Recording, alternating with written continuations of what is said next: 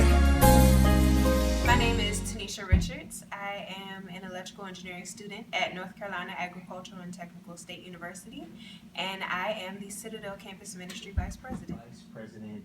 I know sometimes leadership can get a little difficult, but enjoyable, of course. I wanted to know, what were some of the steps you take in order to create healthy boundaries for yourself, to make sure that leadership is still there, but that you get your own self-care? Absolutely. Definitely having an open door policy keeps the relationship with people pretty strong, and you definitely want people that are under your leadership to know that you're here for them, that you yourself, you're a person as well. But even in that person aspect and taking care of yourself, there are certain hours and boundaries that you do have to set. For instance, as a student, I need time to study. So beyond a certain point, when I'm in the library, that's not necessarily a time where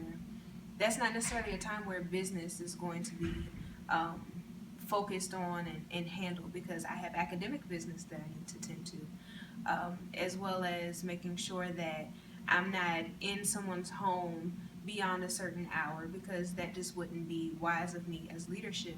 And if I'm trying to teach people how to come out of areas and things that they shouldn't be in, then I myself am not going to put myself in that position, because that's not good leadership. So I have to ask this.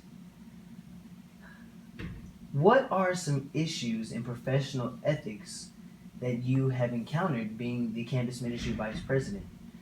You can go into one specific or multiple, whichever is comfortable for you.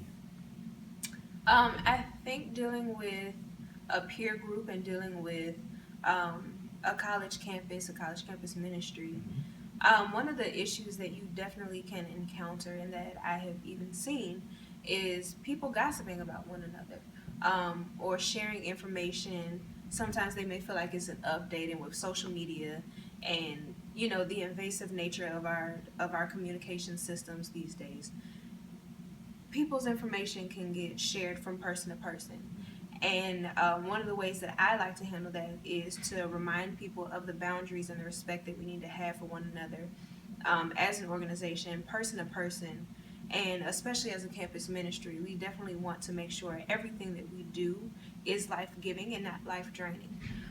So definitely reestablishing those boundaries is important. And the way I go about that is simply having a conversation with someone. It would be unethical of me to try to embarrass them, especially in front of a group of people, or even to join in with them in the gossiping matter or sharing people's information.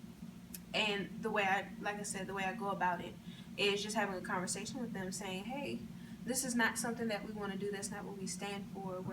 We're a loving campus ministry. We want everyone to feel a part of this, included, and as if they are safe. This is a safe haven for people." Oh, thank you.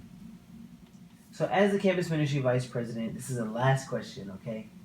What are some effective resources that you've used to help you be a better leader? One of the books that my mother has passed along to me is The 7 Habits of Highly Effective People by Stephen Covey. And in reading that, it was certainly impactful, especially step 5, seeking first to understand and then to be understood. And that's something that is critical. In order for me to effectively serve, I need to make sure I understand those that I'm serving and treat them with the utmost respect, as I would hope someone would do for me, and even anyone else in my family that's near and dear to me. Wow. Well, thank you. Thank you so much, Ms. Richards, for allowing me to be a part of your time. We hope to see you again as soon as possible. But thank you for interviewing with us and teaching us about healthy boundaries. My pleasure. Real simple prayer.